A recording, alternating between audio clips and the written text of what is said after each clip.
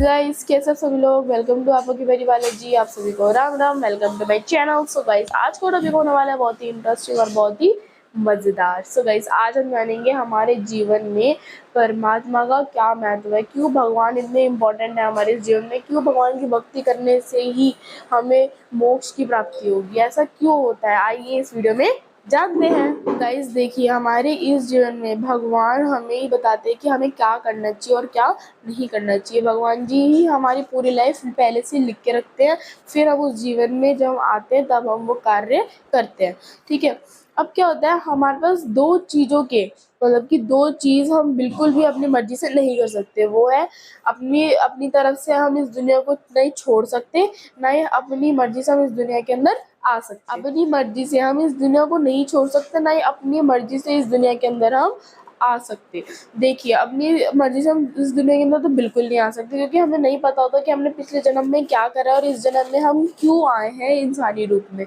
ठीक है, और ना ही हम इस इंसानी शरीर को इतनी आसानी से छोड़ सकते हैं। जब हमारा समय लिखा होता है हम उसी समय इस धरती को छोड़ सकते हैं, इस मनुष्य रूप को छोड़ सकते हैं। अब देखिए, जो व्यक्ति इस पूरे संपूर्ण अपने जीवन में, जो मनुष्य अपने इस जीवन के अंदर भगवान का नाम नहीं लेता, भगवान की भक्ति नहीं करता, भगवान की आस्था नहीं करता, श्रद्धा नहीं करता, भगवान की पूजा नहीं करता, उसको बहुत ज़्यादा भटकना पड़ता है मृत्यु के बाद भी। ये बात मैंने आपको अपनी पिछली वीडियोस में भी बताई गई है कि जो व्यक्ति इस जीवन में पूजा पाठ नहीं करता वो मृत्यु के बाद बहुत ज़्यादा भटकता है। लेकिन जो व्यक्ति इस जीवन खूब मन लगा के पूजा पाठ करता है, भगवान की श्रद्धा भाव से भगवान की पूजा करता है, आस्था करता है, भगवान के जाप करता है, उसे भगवान की शरण में ज़रूर स्थान मिलता है। शिव पुराण के अनुसार ये कहा गया है, जो व्यक्ति भगवान की खूब पूजा पाठ करता है अपने इस जन्म में, मनुष्य जन्म में, उसको क्या मिलती है, चॉइस मिलती है कि आप स्वर्ग में जाना चाहते हो, भगवान की शरण में जाना चाहते हो। उस व्यक्ति को चॉइस मिलती है कि आप कहाँ जाना चाहते हो, वरना ऐसा बहुत ही कम होता है। करोड़ों में कोई एक व्यक्ति होता है जिसको ये अपॉर्चुनिटी मिलती है। अब ये तो हो गया, लेकिन जो जीव होते हैं वो सिर्फ जी सकते हैं। जब उनका अंतिम समय आता है तो भगवान उन्हें अपने हाथों से नहीं मारते, वो क्या कर देते हैं, उस जीव का जो जीवन होता है वो मतलब पलट देते हैं। एक अंत में आके उसको पलट देते हैं कि वो अपना व्यवहार ही ऐसा बना लेता है कि उसके जीवन में बिल्कुल भी कुछ सही नहीं रहता और सब कुछ नष्ट होना शुरू हो जाता है। वो अपने व्यवहार से बहुत ज़्यादा पलट जाता है और मतलब गलत राह पे जाना शुरू कर देता है, जिससे उसके जीवन में कठिनाइयाँ बढ़ती चली जाती है अंतिम समय में। अब क्या होता है, अंतिम समय में उस जीव की जो जीव होता है उसकी जो बुद्धि होती है वो भ्रष्ट हो जाती है। उसकी बुद्धि बिल्कुल मतलब हो जाती है, बिल्कुल ब्लैंक हो जाती है। वो कुछ सोच नहीं पाता, समझ नहीं पाता कि इस काम को, इस कार्य को कैसे करना चाहिए, मेरे को इस सिचुएशन में क्या करना चाहिए। वो मतलब जो मन में आता है वो करना शुरू कर देता है, क्योंकि अंतिम समय में उसके पास दिमाग नहीं रहता कि ये क्या सही है क्या गलत। मतलब उस जीव के जीवन में बहुत ज़्यादा कठिनाइयाँ आनी शुरू हो जाती हैं। वो जीव अपने आप ही उस जीवन को, अपने जीवन को ख़राब करना शुरू कर देता है।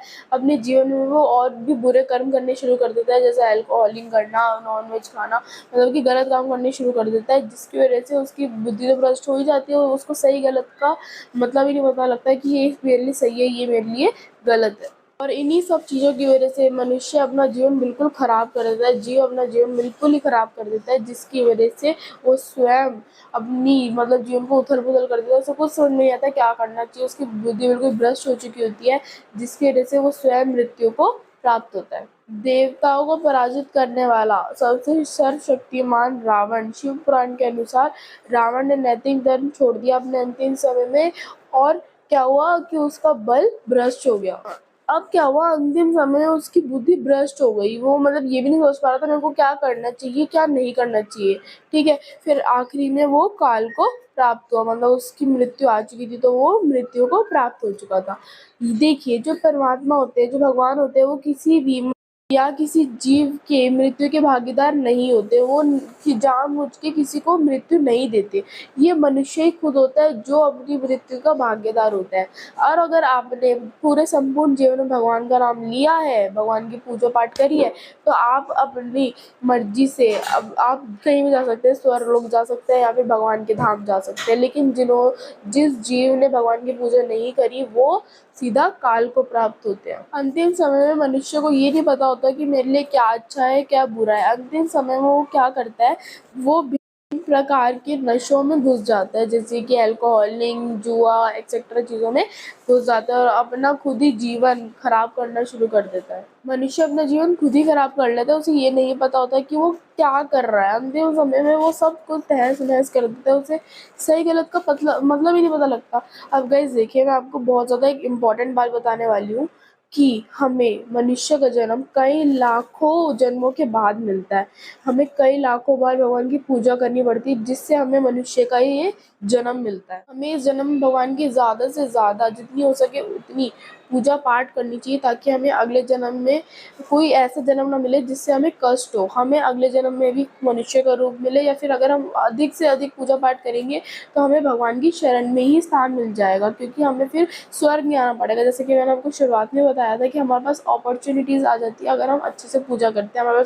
हमारे पास ऑप्शंस आ जाते हैं कि हमें क्या कहाँ जाना है, कहाँ नहीं जाना। तो हमारे पास स्वर्गलोक और भगवान जी के पास के ऑप्शन आते हैं, तो हमें भगवान जी की शरण में जाना चाहिए, ताकि हमें ये मनुष्य का जन्म भी ना मिले। क्योंकि गाइस भगवान जी की शरण में ही एक असली शांति है, जो हर एक आत्मा को बिल्कुल बिल्कुल लेनी चाहिए। तभी कहते हैं पूजा पाठ करिए इस जन्म में, क्योंकि ये एक मनुष्य का जन्म आपको एक बार मिलता है। बार बार आपको नहीं पता कि आप अगले जन्म में क्या बनने वाले हो, क्या नहीं बनने वाले हो। ये सारी बातें हमारे ऊपर से पहले से लिखी आती। तो अगर आप अपना फ्यूचर चेंज करना चाहते हो तो भगवान की पूजा में लीन हो जाओ। और एक बात और, अगर आप इस मनुष्य को जीवन इस मनुष्य के जीवन को अगर आप अच्छा समझेंगे, बहुत ही अपने जीवन से प्यार करेंगे, अपने आप से प्यार करेंगे, भगवान जी की पूजा पाठ करते रहेंगे, तो आपका जीवन अच्छा चलेगा। आपका जीवन सरल होगा, अच्छा लगेगा आपको, जीवन में खुशियाँ खुशियाँ होंगी आपके जीवन में। लेकिन वहीं अगर आप सोचेंगे कि ये हमारा जीवन अभिशाप के रूप में हमें मिला है, बहुत गंदा जीवन है हमारा, या अपने जीवन से प्यार नहीं करेंगे, अपने आप से प्यार नहीं करेंगे, तो आपका जीवन नर्क बनना शुरू हो जाएगा। क्योंकि आप जो सोचेंगे वही होता है। कहते हैं ना, अपने माइंड में पॉजिटिव थिंकिंग रखो। पॉजिटिव थिंकिंग से क्या होता है, हमें एक बुरी चीज़ भी अच्छी लगने लग जाती है।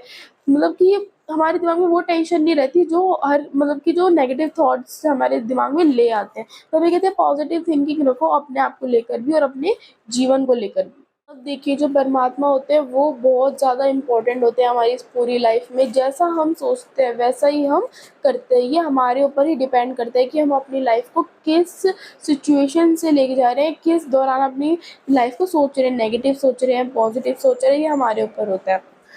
तो भगवान का नाम हमें पूरी ज़िंदगी लेना चाहिए, हर समय लेना चाहिए। ओम नमः शिवाय, सीताराम लेना चाहिए भगवान जी का नाम। सो गाइज़, ये था आज की वीडियो में। अगर आपको ये वाली वीडियो पसंद आई तो लाइक शेयर एंड सब्सक्राइब कर देना। जो इस चैनल पर नए हैं सब्सक्राइब कर देना। अगर आपको ये वाली वीडियो पसंद आई तो लाइक कर देना। कमेंट्स में मेरे को बता देना कि आपको मेरी वीडियो कैसी लगी, और ज़्यादा से ज़्यादा इस वीडियो को शेयर कर देना गाइज़। सो गाइज़, मिलते हैं आपको नेक्स्ट वीडियो में, तब तक के लिए बाय।